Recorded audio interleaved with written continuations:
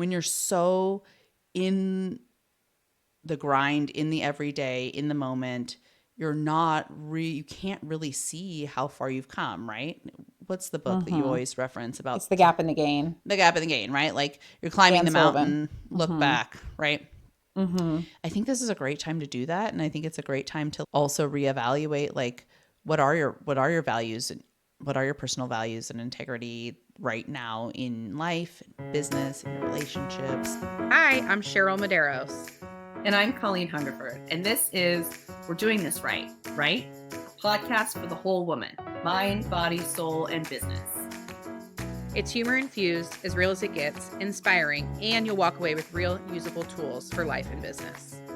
If you love what you're hearing, please share with a friend, subscribe so you'll never miss an episode, and rate and review whenever you listen. So find your earbuds, lace up your walking shoes, or cozy up with a beverage of your choice. It's time to dig in. Hey, Colin. Hi, Cheryl. Action. Are we at doing that. it right? You guys are going to want to go to YouTube to see what I just did. Oh my It's God. fun. That is so fun. Was that you're in a new, again, people, if you're listening, you need to go and watch because Cheryl's in a new studio today.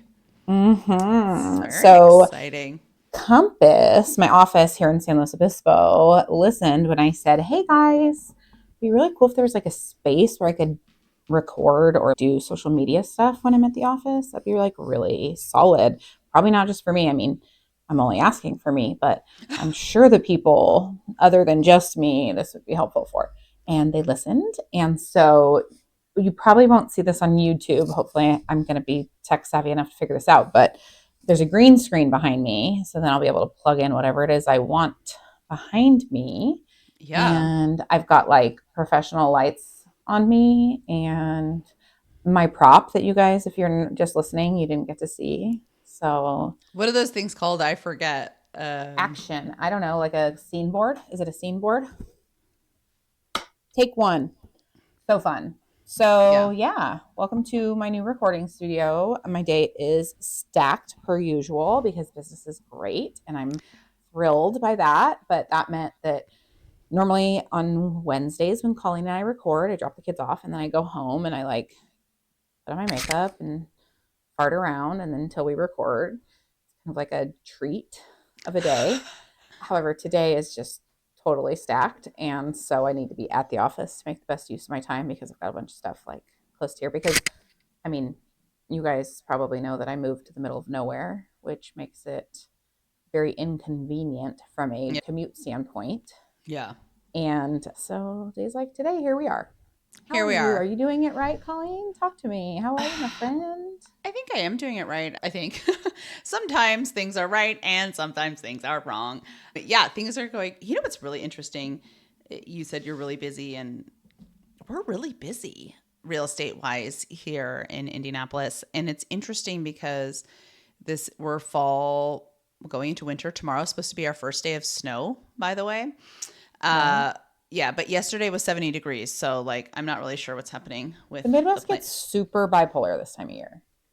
A little bit manic happening there. It's beautiful and sunny outside right now. It was rainy and gray earlier. I mean, here's the thing that I did not know when I moved to the Midwest is you get like a degree in meteorology when you live in the Midwest. I am not kidding you. The amount of talk about the weather is insane. You know how you like when you learn, you're like, oh, if you don't know what to talk about the weather.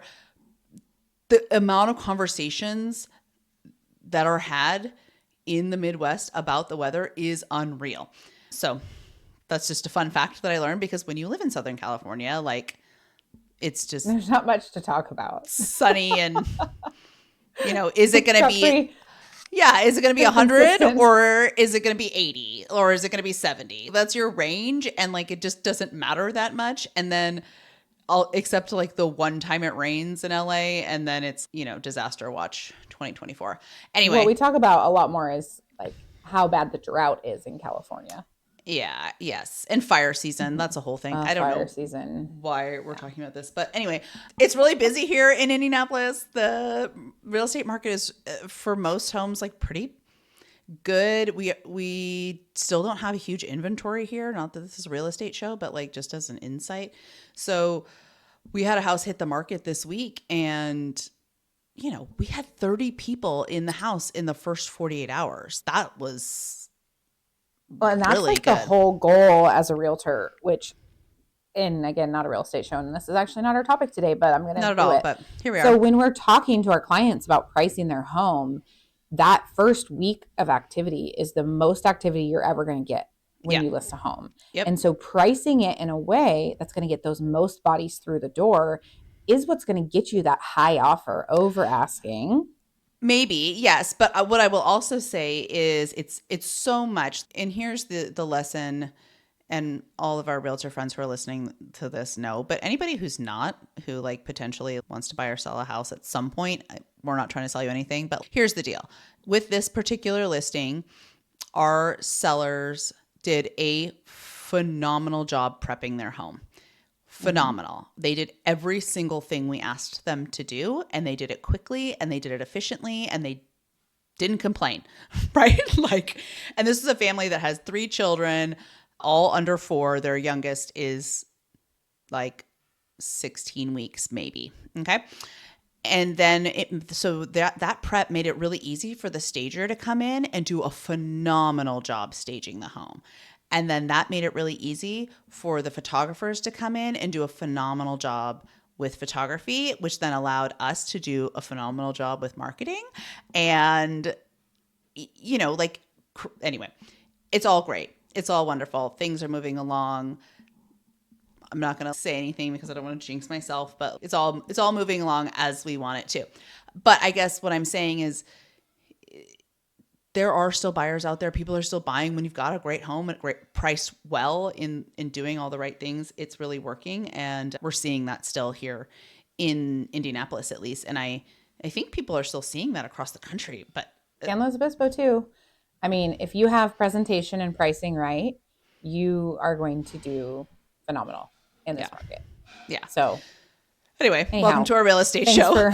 Thanks for coming to our real estate show. We're going to pivot away from real estate as much as we love it and live, eat, and breathe it. Yeah. What are we going to talk about today, Colleen?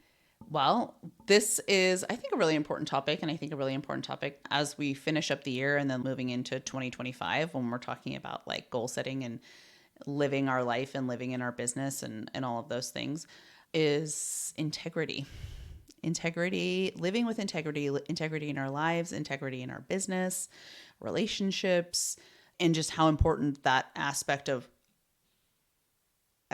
everything is. And in how I think, you'll talk about like why you brought this up for us to chat about, but like how that creates like a ripple effect in every aspect of our life. So take it away, as with Cheryl. So many topics, where they stem from is what's happening in our lives. Yeah. And my conversations with my kids in the car are so valuable. And this morning in the car, one of my daughters was talking about how some kids, how it started, which was interesting, was she wanted to talk about something she didn't like about herself. And I was like, well, okay. I don't really like this topic, but like, all right, this is part of life. So let's talk about it. Right. I was tempted to be like, let's not think about that. But I'm like, no. She brought it up. I'm here for the good, the bad, the ugly. This is us. Like, I'm here for everything. And if I don't listen to these things now, she won't feel comfortable telling me the things when they're big and scarier and when she's older. So, okay, let's talk about it. What don't you like about yourself? Well, sometimes the kids at school make fun of my voice. And I'm like, oh, do you not like your voice? And she's like, no, I like my voice. And I'm like, okay, so it doesn't sound like it's something you don't like about yourself. This sounds like somebody else is picking on you, like somebody else is teasing you. And so then I explained to her the thing about, and the school has a really interesting way of explaining it, and I'll explain that too. But I told her, when someone feels bad about themselves, one of the things they do to make themselves feel better about themselves is to try to make someone else feel bad. It's the misery loves company. It's the, I'm going to bring you down here with me. And at the school, they have this whole mentality, and I think there's a book about it, but it's called bucket filling or bucket dipping. So you can be a bucket filler, or you can be a bucket dipper. And sometimes when you're dipping a bucket,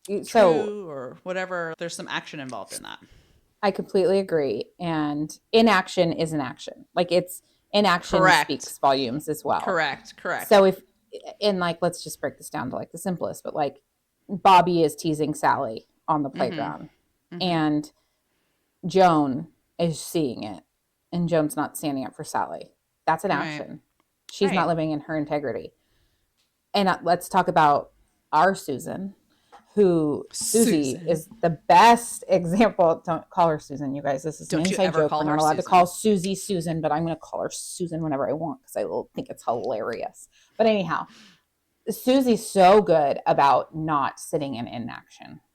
And she will call, and we've talked about this on the podcast before, but you know, there's the times where I'll stick my foot in my mouth and sorry, you guys, my microphone, I just hit it, but I'll put my foot in my mouth on the podcast, say something, maybe not realizing that could be received poorly by someone, not seeing it, because I would never intentionally say something Right. that could hurt someone. But Susie is, one of her highest values is integrity, and she will call me and have the conversation, even though it's difficult. Yeah. And I'm so grateful for it. And I try to be that person too. Here's an example of where I do it. I see a lot of agents, not just agents, I see a lot of people on social media on their phone recording in the car. Oh, videos, yeah. posting. You called me on this one time too, and it was great. Dang. Like, first of all, we shouldn't be doing that, period. And I'm not perfect, but we shouldn't be doing that, period. This is dangerous. People are losing lives by us being on our phones in the car. It is a distraction, whether you think it is or not. Okay, period. End of story. But second, like my history in commercial insurance tells me, if you are on your phone recording a video in the car, maybe not even while you're recording that video, probably not, 5 months from now, you're in a car accident and it was your fault and you end up in court and your insurance company is trying to defend you to keep you from being sued for millions. They can go back to your social media and find that reel where you're driving and you're talking on the phone, you're recording. That's evidence that you are negligent when you're driving in the car. Yeah. You just lost. Dude. You just lost in the court of public opinion. You gave that to them. So I call people on this all the time, and it's hard to call people. Like it's not comfortable to call someone and tell them like you did something wrong. Yeah. And there's a delicate way to do it, but it comes from a place of integrity, and I want to help you in the end. Like this is uncomfortable, but like this will help you in the end, hopefully. Yeah. And hopefully you'll think twice and we can save a life as well. Yeah. So if you're listening, don't do that. Record yourself while you're driving, number one. Number two, like let's all please put your phone down. I'm wanting to do a triathlon. My friend wants to do a triathlon again. Neither of us have really been on our bikes since we had kids because there's so many distracted drivers out. You know, 20 years ago when we used to road bike, people weren't texting and driving. There weren't the same level of distractions in the drivers that there are now. Yeah. So now to be a mom and be out on my bike, I don't want to leave my kids motherless. So it's really scary to consider getting back on the road bike, but I really want to. I love it. Yeah. So it's like this, you know, so I'm going to do my part. Everybody get off your phone while you're in the car, please. You talk on it, but don't. Yeah. Don't put it down. Yeah. I have a question for you. Tell me. In business, say somebody is really good at their job, but you know something personally about them that doesn't you don't feel is something that is, you don't feel like that would be within your values or like don't think that's something of integrity, right? Do you still work with that person? Does that affect your relationship business-wise? So my value system does not have to be everybody's value system, for one. Right. My value system belongs to me. Now, in real estate, there's different ways I work with people. Like, am I going to be on the other end of a transaction with an agent that's a tool because they have poor ethics, they're cheating on their wife, they're doing whatever it is they're doing? Yeah. Like, yeah, I have to be. Sure. That's fine. am I going to take a client that is berating his wife and talking down to her constantly in every meeting? I probably would leave that situation. Yeah. Would I take a team member on that is not aligned with my value system? I would certainly try not to. And if it happened, I would want to leave. Now, these are the types of choices that would be difficult and make my tummy hurt.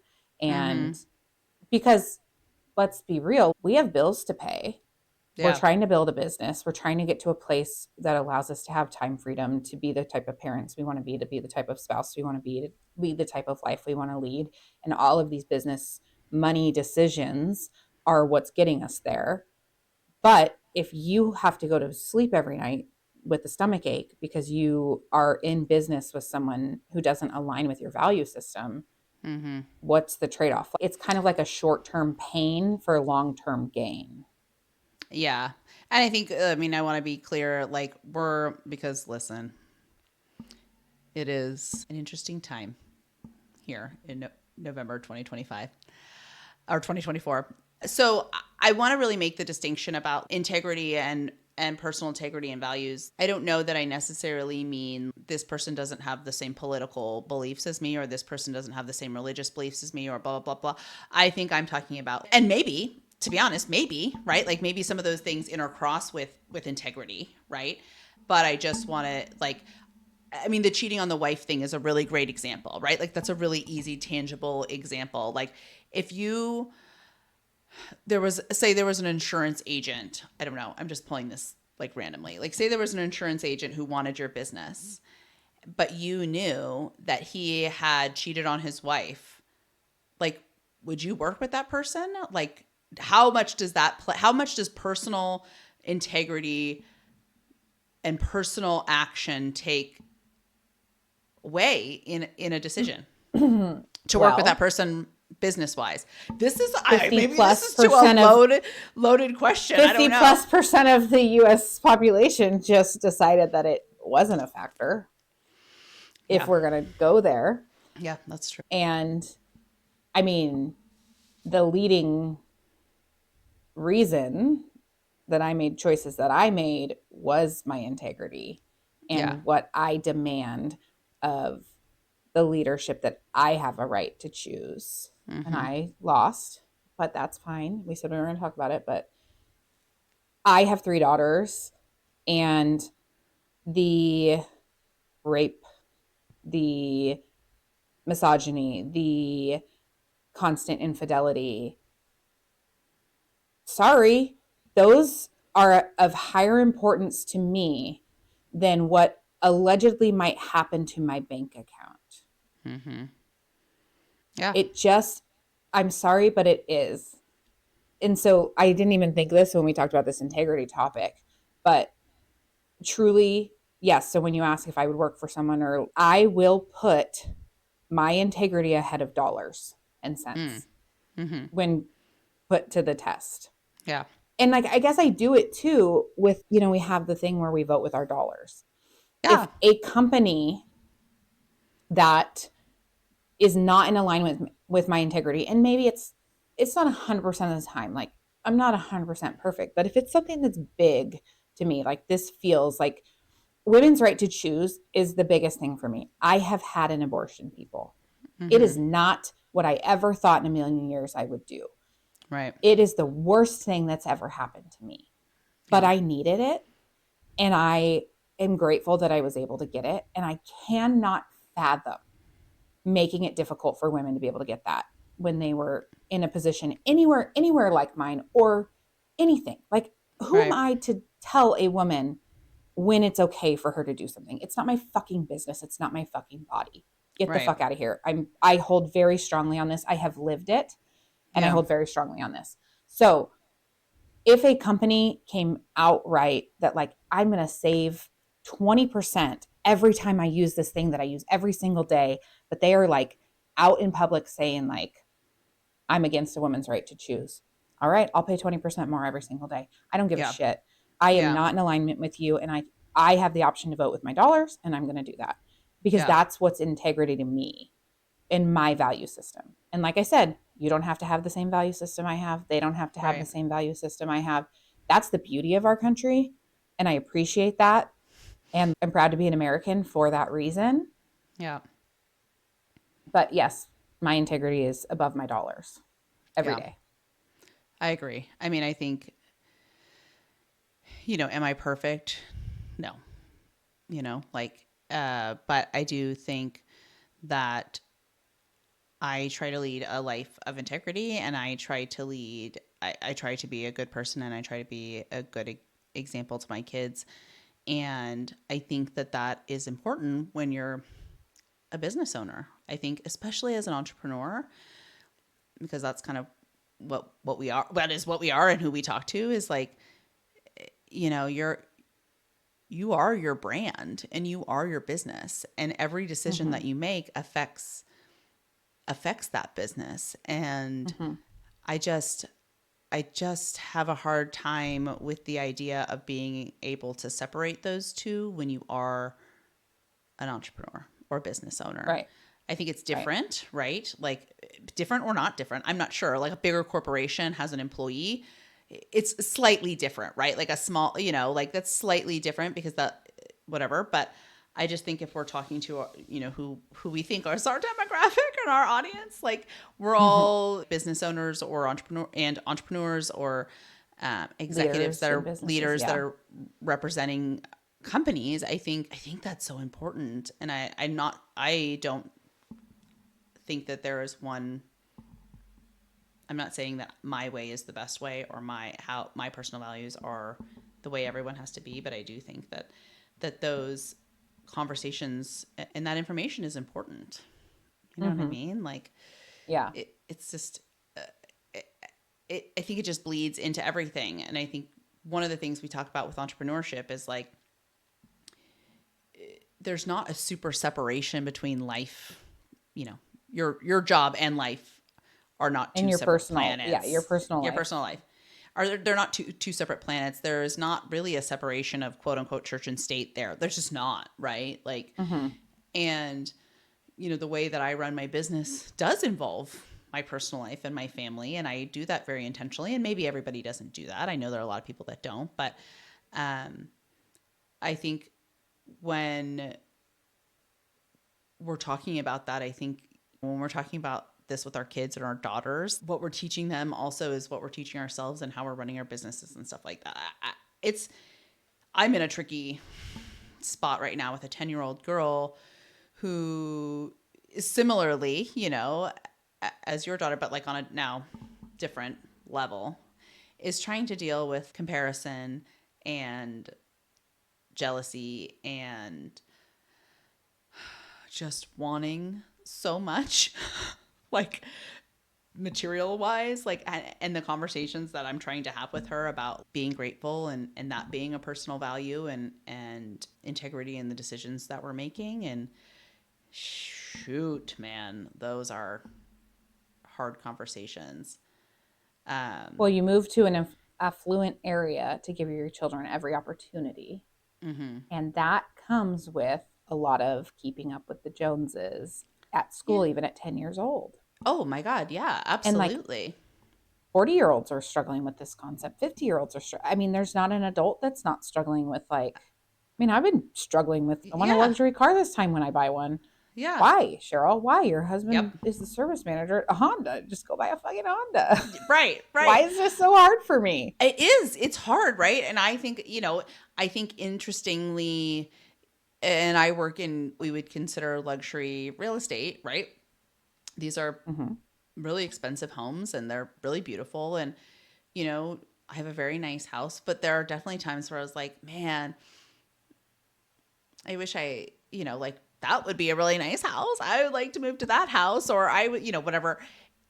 I think it's hard. It's action, right? It's an action. It's a choice to not, I don't know, I guess to be grateful. I think it's more than that, but I think gratitude gets thrown around a lot. We're going to talk about buzzwords in another episode, but I think gratitude is one of them. But I think like it is an action. And I talk about this with Vivian a lot right now. It's like being grateful and even respectful and thoughtful about what you do have. Right.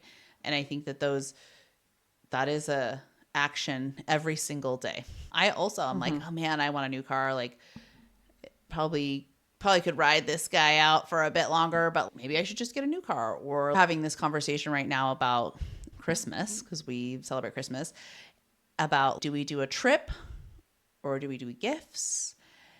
Or I had this like panic dream the other night, which is I've been really focusing on finances. That's something that I'm really focusing on right now because I didn't grow up in a situation where one, we had money, and two, anybody taught me how to deal with money. Right. Like, and now here I am at 41. I should have this figured out. And I don't know that I have it all figured out. Right. So I had this panic dream the other night that, this is really funny. A lot of people I know were in Charleston recently. We were not there. And I had this dream that I was moving to Charleston, that we're selling our house in Indy, and I was moving to Charleston, but it wasn't Charleston. It was actually Raleigh. And our bestie, Allie from Raleigh, Allie Buscemi, was my realtor. And we were buying a house, but I was panicking because in this dream, I had no money in savings. And the only money that we had was the money that we had from selling our house. And then we were going to buy this new house. And I woke up in just an absolute panic. And I was like, we're not going, I told David, I was like, we're not going on a trip for Christmas. We're not going to do the thing. We're just putting more, like, we just need more money in savings and more, like, it was a really interesting, and I think, like, these conversations about integrity, that is an integrity point. Do I want to go on this trip for the experience, or do I want to go on this trip because that's what other people are doing? What should I be doing? If I'm putting this money in savings, does that, and nobody sees it, like, there's so much show and like comparison and whatever. There's a conversation in luxury real estate. It's that, like, if you are a luxury agent, you should have a luxury car. Like, would you trust a luxury agent who shows up in, like, a 1989 Honda Civic? What perception is that? And so, I don't know, man. I think so much of that what does Warren Buffett drive? I know. I knew you were going to say Warren Buffett drives, like, some sort of Honda or something like that. Yeah. I mean, like a beater. Some of the most wealthy people out there are driving around in a Honda Pilot because it's economical and it's spacious and it checks all the boxes, and, like, they don't need to. So I've struggled with this a lot because, we do well. We're doing well. Like, we are secure, which is the goal. The goal is security, in my opinion. Like, we're there.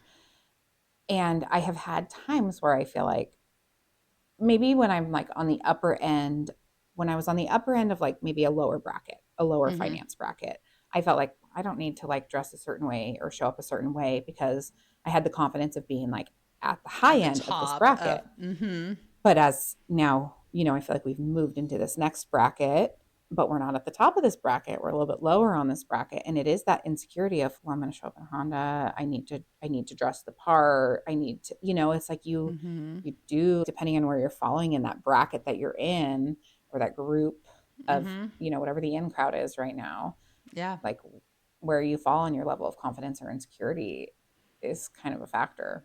It's totally. So that's the other thing, is, like, defining your values and then living in your integrity of, I have decided that it is not a value of mine or to have to show off or to keep up. Yeah. And so now I need to be true to that and live in integrity and honor who I am. But it's easier said than done. Like, so many things that define our integrity.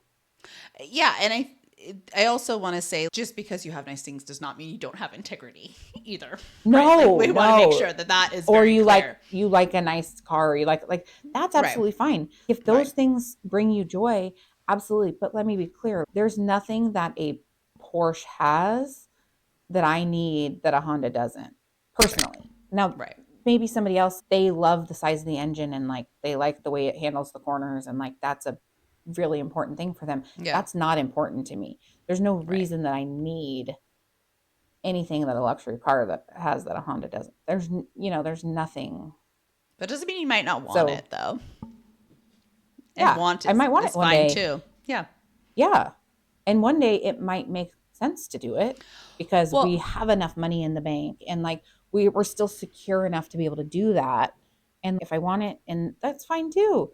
But I think the integrity part is why are you making that decision, right? Mm-hmm. Are you making that decision because you think that's how you should be or should be appearing because of somebody else's perception of you or somebody else's something that you want, or are you making that decision because that's the decision that you want to make and you feel comfortable about it and it's good and you're not worried, you're not fucked about what anybody else thinks about it. I think that's where integrity falls into that scenario of the Porsche, you know?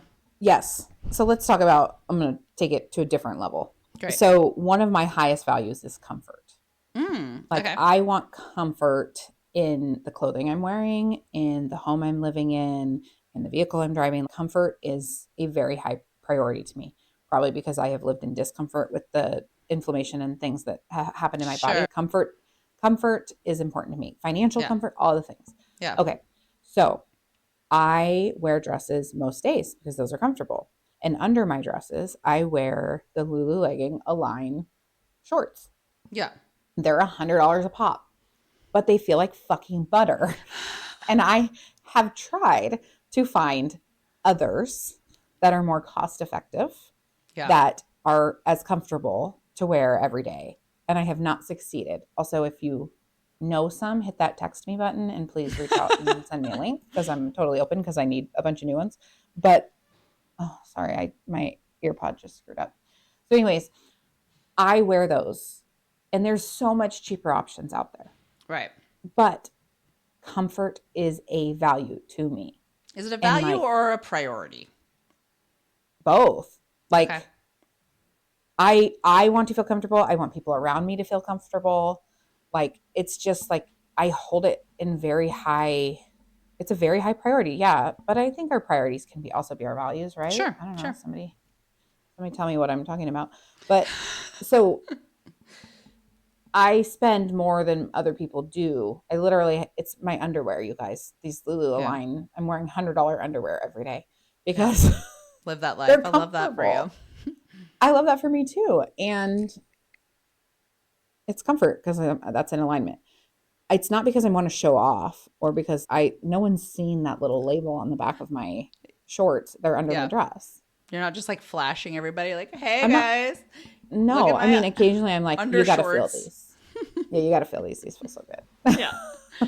Yeah. Anyway, but that's like that's a choice that you're making, right? And that's not about, and I think that's, again, the idea of like the integrity it's not to keep up with the Joneses. It's because it's important to me for a reason. Right. In the same way that maybe somebody else, a Porsche is important to them for a reason that isn't for me. Yeah. And okay. I think sometimes it doesn't even have to be important. It just has to be, maybe that's just something that they want. But I think it's when you're doing it, when it's not because of your own okay. opinions. So we said we'd talk about how integrity factors into business, relationships, friendships, marriages, work. I feel like we covered some work. How is integrity affecting our marriages or playing out in our marriages? Yeah. Any thoughts? A lot. I have a lot of thoughts about that. I think it's really, I've been married a long time. It will be 15 years next year. We've been together for 20. I've known David since I was 14 years old. So I'm 41. I don't know what the math is. It's like 27 years. Known him a long time. And I think so much of our relationship and our marriage and all of that time that we've been together and known each other and been friends and things like that it's not been perfect. There's definitely times that we're not perfect, but I do think like the integrity that we keep in our relationship and our marriage, and something that we really value is communication. And I think the integrity behind that is the communication, and is communicating when things are not going well, or is communicating when you're upset about something, or, you know, it's not always the fun part, right? Like, it's not always like, there are definitely times where I'm like, you know what? He's like, oh God. I was like, Here it what? comes. Yeah. I was like, No, but you're about to tell me. you're about to find out, where it's like, what you're saying or what you're doing or those actions are creating this effect. And I don't like the way that is, I don't like that effect that is being created. And we need to talk about it because otherwise I'm just going to sit and fester with this. And then that's going to lead to other things, right? Like that's going to lead to a lot of resentment and disgruntled feelings. So I am very much, that is a big value that we have, is just communicating. And sometimes that communication, I saw this thing the other day that was like, and it was a reel, and it was just like, I don't know why I get this shit sometimes. These like really broy men. I got to talk about this when you do this. Okay. I got to tell you what, I keep getting fed. Really But broy guy. And it was like 7 rules if you want to date me. And one of it was like, we're never going to yell at each other. And I get that. I get the concept of that. But I also think that people are going to take that as, and that can be actually like an act of suppression towards somebody else's feelings and emotions, right? Like there are definitely times where I am angry and that emotion is valid, right? Or I'm upset about something. And I, like we try not to yell at each other, but shit happens. It's just life, right? But we also just are willing to get that communication out there and then find a solution. And I think that those things are important. And I think that is really, really the key and that integral point of how to create that marriage and continue that marriage and continue to grow in that marriage. It is communication, however that looks for everybody. Okay, well, first I have to tell you what I keep being fed on Facebook videos. What is it? First of all, Reels on Facebook is like the oldest, most geriatric thing ever, by the way. Thanks. Toenails. People like pulling out ingrown toenails and like trimming and it's like I got tempted once, so I finally clicked on one, and now it's just, it doesn't stop. So many coming, and it's like a train wreck, and I can't stop watching. Oh my God, I'm gonna puke. Facebook has become the weirdest place for me.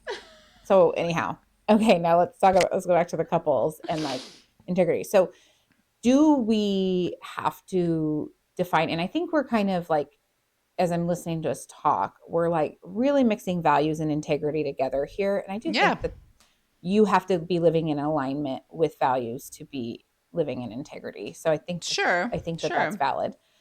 So in a couple, in a relationship, are you defining then as a relationship, or does it kind of just end up naturally happening? Or is that like next level relationship, you taking the time to sit down and be like, these are our values as a couple. This is what we're deciding to do. Because there's 3 things here. There's like my integrity, your integrity, and our integrity in a relationship. Yeah. Yours, mine, and ours. So like, I know what's important to me and how I've decided that I need to show up in this marriage or this relationship. And my husband has done that as well. And then like we decide how we are going to show up in the world together. Yeah. And with each other. So our marriage has not been perfect. We've been through a lot. We went through a lot before we were even married with my health crisis. And I thought that would be the worst of it. And then have 3 kids in 3 years, and I'll show you the worst of it. Dude. It got worse after that. And we've done a lot of therapy. We've done a lot of talking. And what like the hardest part of our marriage, what's come from that, is there is nothing that I can't tell him, and vice versa. There is so much raw honesty in our marriage right now. And I hold that as the highest value. Yeah. Like to the point where if I was thinking about leaving him, I could just have that conversation with him. Yeah. If I was having these deep, dark feelings about like, or like I'm thinking about having an affair, like I'm feeling really tempted, like I could have that conversation with him.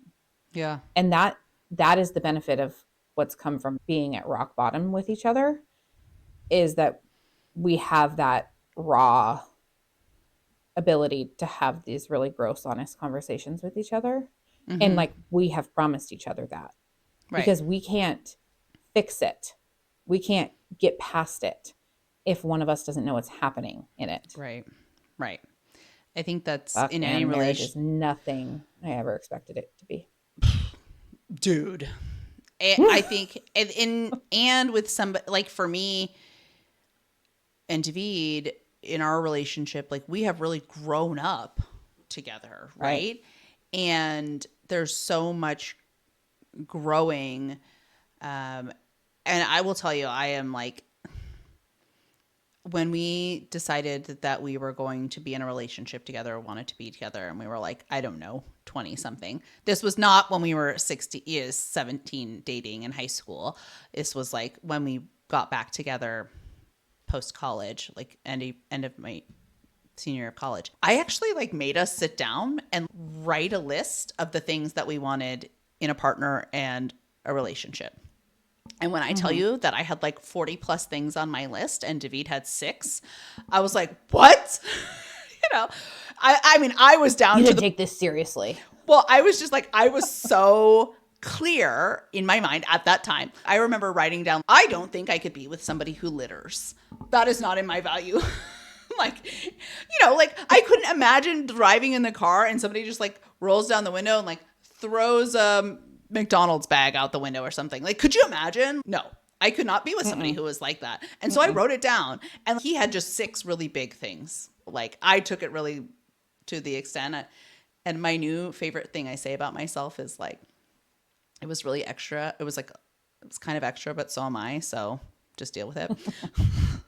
Like that's I am. my newest catchphrase. I'll be like, this is a little extra, but so am I. So here we are. But I mean, we really, really went through and did that exercise. And I think when in being 22 and now he's now 42, right?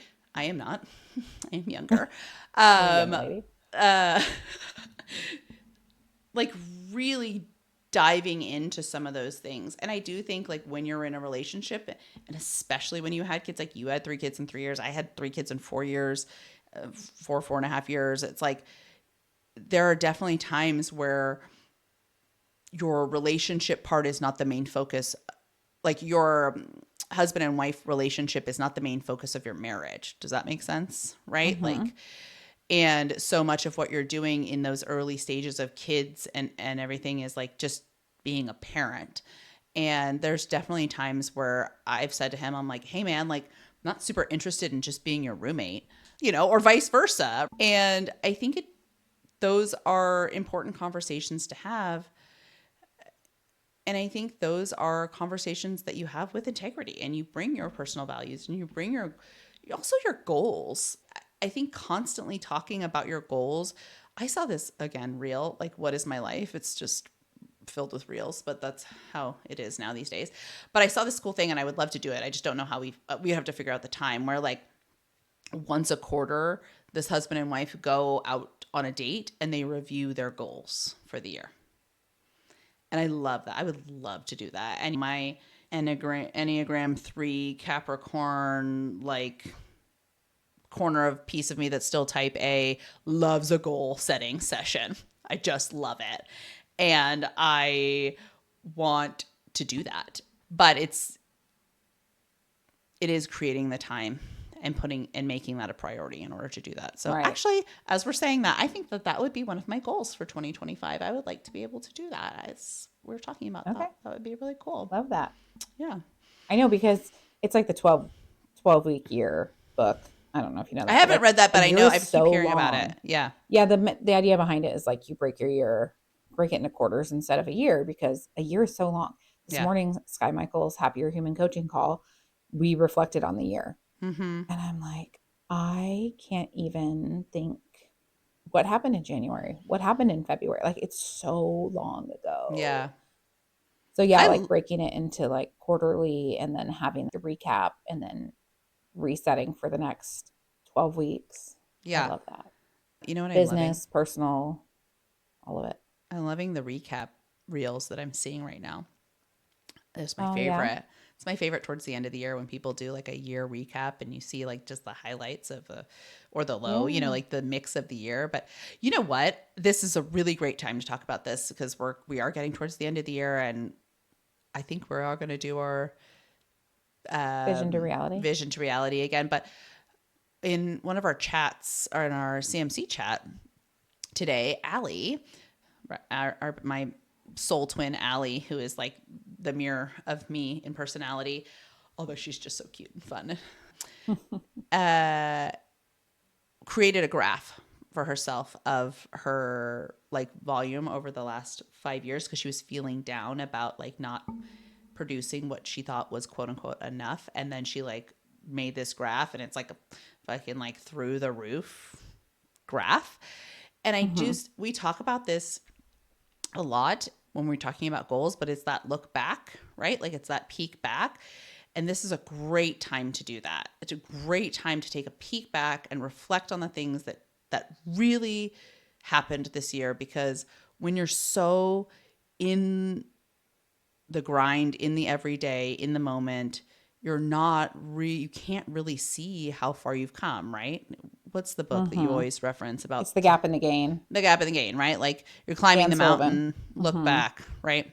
I think this is a great time to do that. And I think it's a great time to also reevaluate, like, what are your values, and what are your personal values and integrity right now in life, in business, in your relationships, and whatever, as we're recording, it's the end of November.